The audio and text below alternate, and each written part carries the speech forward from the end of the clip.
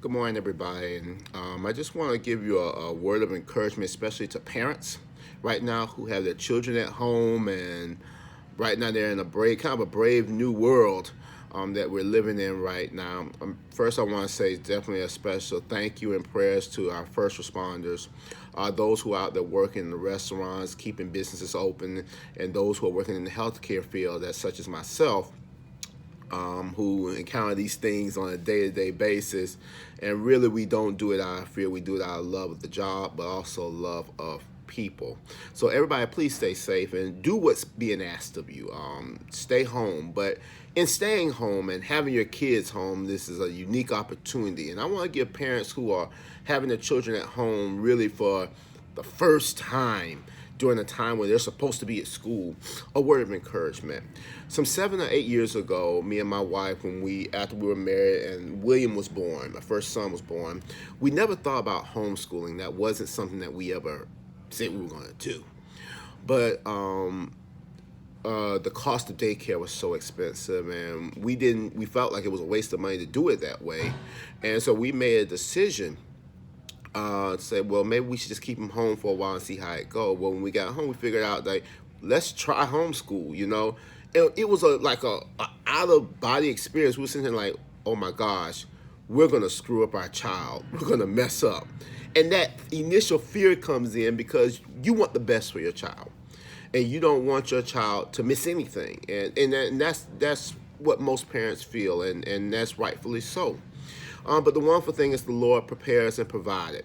He provided wonderful people such as Ken and Amy Rose in Texas, who we are eternally grateful for. We got to spend time with them. We went out and visited them for like 3 days. We celebrate Bianca's birthday out there in Texas. We love Texas, by the way. They were such a wonderful family and a resource to homeschooling for us in our very, very early stages. Then, as we continue to meet others within the body of Christ, within our household, we met Amadi and Shanita Williams. And they had been homeschooling their kids, and they were an excellent resource. And then all of a sudden, then it was Dana and Rose Thompson who homeschooled their kids, and they were an excellent resource. So it wasn't like we were alone. We were never alone, but we had people that God had provided along the way to help us through this time period. Because let me tell you something, there's going to be times that your homeschooling is going to get frustrating. Yeah, it's going to get frustrating. But one thing you will not regret is investing in your children. One thing you will not miss is the joy on their face when they're learning something. The joy on their face when you're learning something and you're learning together. And you're investing in your child. And when you're investing in your child, those investments are eternal. Those things are lifetime. And so right now, for many parents, this is a brave new world. They don't, and for many parents, it's their first time really being engaged in what their children do at school.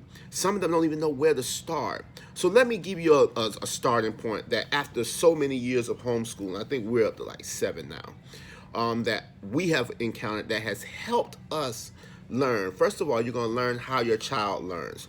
In the school system, they really don't have time to kind of figure out how your child learns. You can have all 3 of my children learn differently. They all learn differently, and it's taken us I would say really these 7 years to figure that all out. Because what you try to do is you teach them the way that the school system teaches them. And I realized one of my sons was struggling this in one aspect, and another son was struggling in another aspect.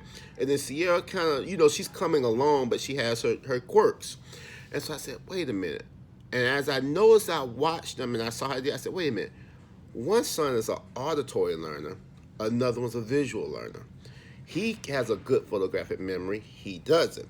So it teaches you how your child learns. Spending time with them right now will teach them how they learn. And this is where it's going to be very important for you as the parent, that once you know how your child learns, now you know how to teach them.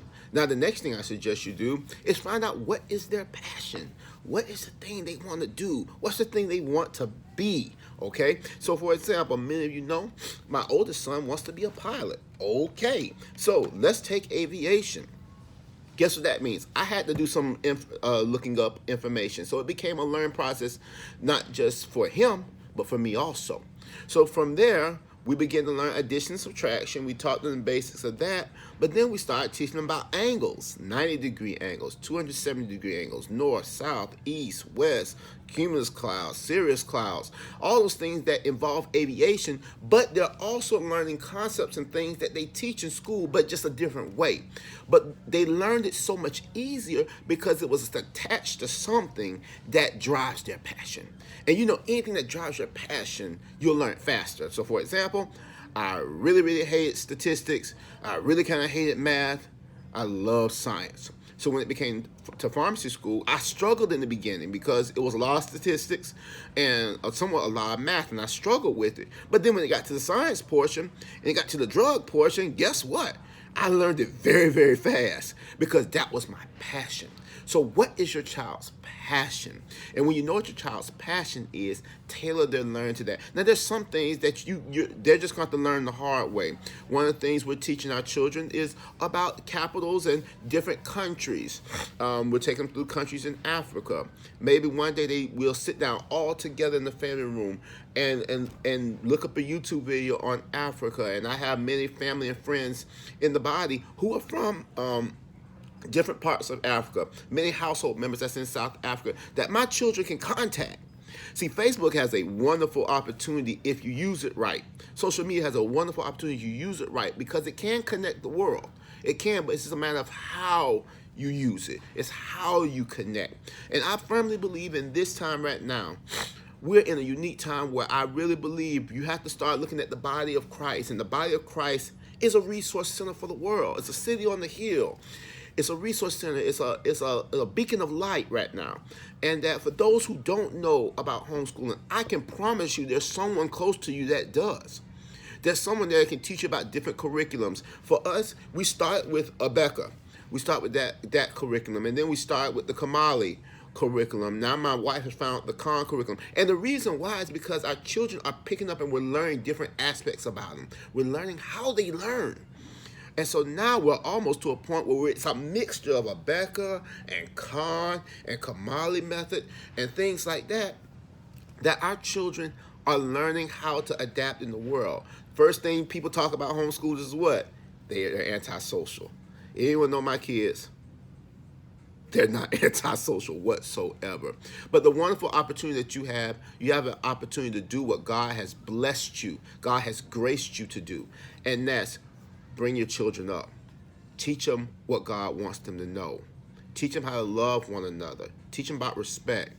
Teach them about mercy. Teach them about forgiveness. Teach them about learning. And teaching them that failure is not the end. Tell them that failure is just another opportunity to learn. One of the hard things sometimes you have, and we have hard days as parents who homeschool, is that I see when my children struggle, and I realize something. Guess what? In life, you're going to struggle. But the thing you can do is, come on, son. Come on, daughter. Don't quit. Don't quit. My baby girl was struggling writing and recognizing her letters. But one thing she always wanted to do was write her name. So guess what I did? All right, we're going to learn letters by writing your name. So guess what? In writing her name, she covered so many letters. Now she can write her name, and she can identify some of the letters. Now, there's some letters that are just hard for her to identify right now. But we got to be patient. And that's why the Bible says you must be patient. Let patience have her what? Perfect work. Parents, you're going to learn patience in this process right now. You're going to learn what teachers go through. You're going to see the frustrations and things like that. So really, at the end of this process, write your teachers back.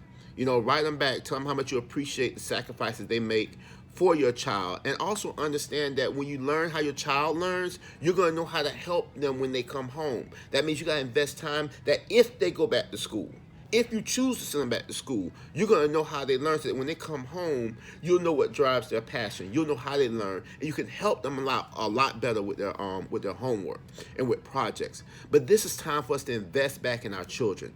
This is a time that the Lord has made that you can rekindle relationships and fix broken relationships with your children, with your spouse.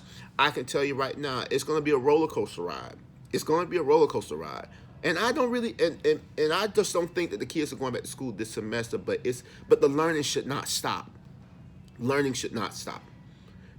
You must keep them in instruction, especially if you have babies. Very little ones, they're used to structure. You know what you're going to do as a parent? You're going to become structure in this time. You're going to have to give them structure. Give them something that they recognize. So in other words, if they go by A, B, C, D, E, and that's what they do, then guess what you're going to do? Put on YouTube, Chromecast, print out the ABC, sing the ABC songs.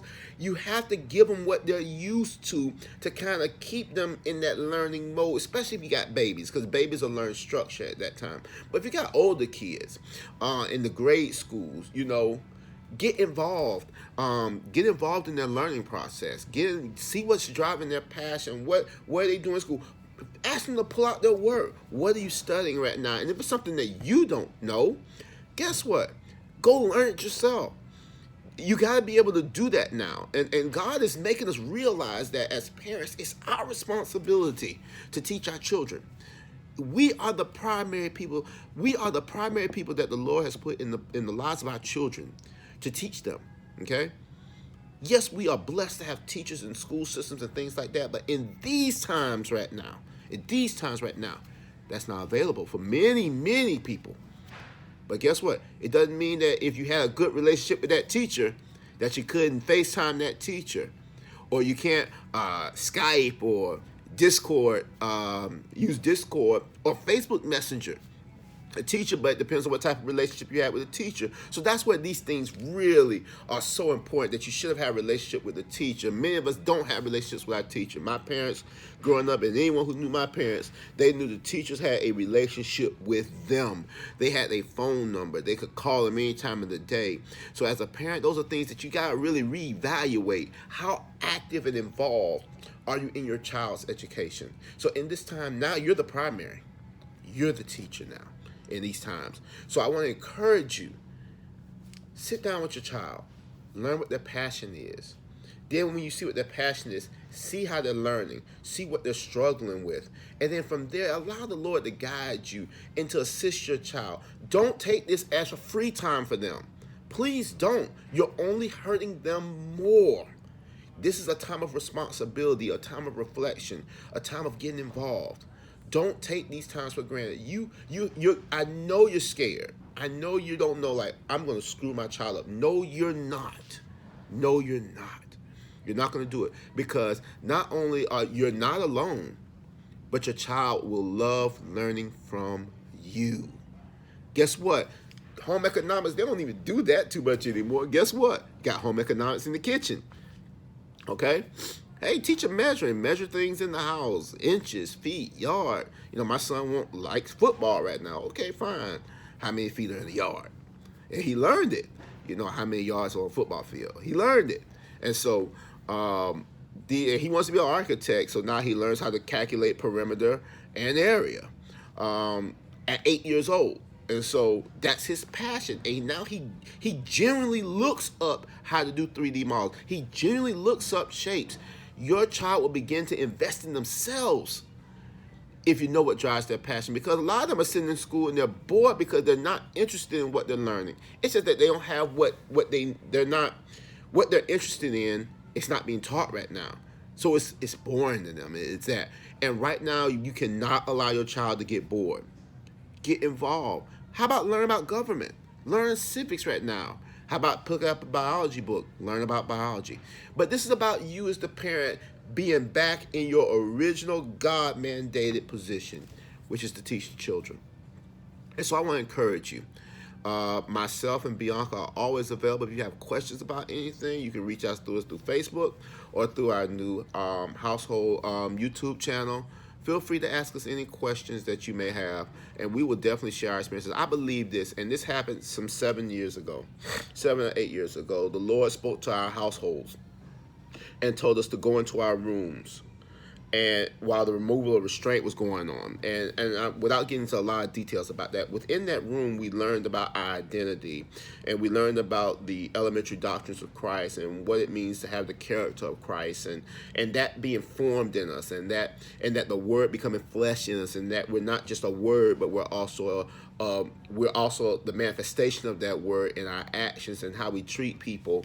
And that was 7 years, and 7 years ago we started homeschooling.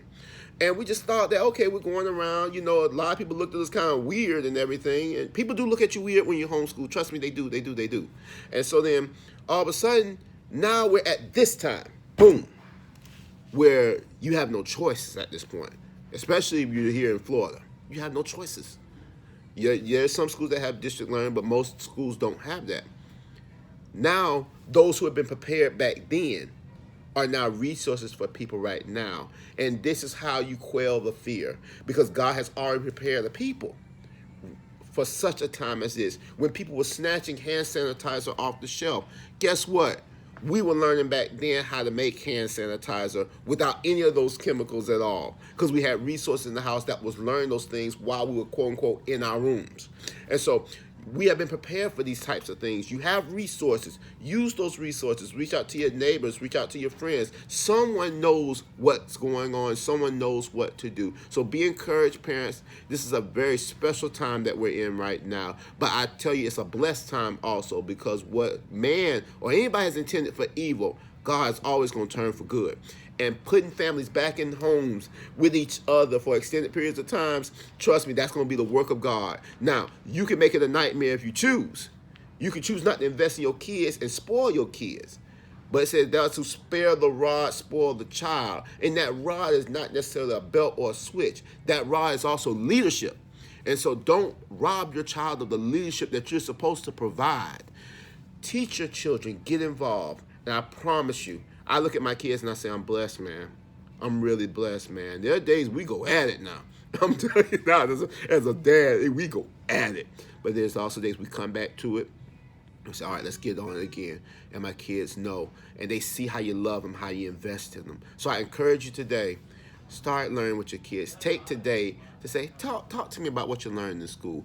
Pull out the books right now and see what they're reading. If you don't know it, go look it up. Go learn it for yourself so you can invest in your children. God bless you, y'all. Stay safe.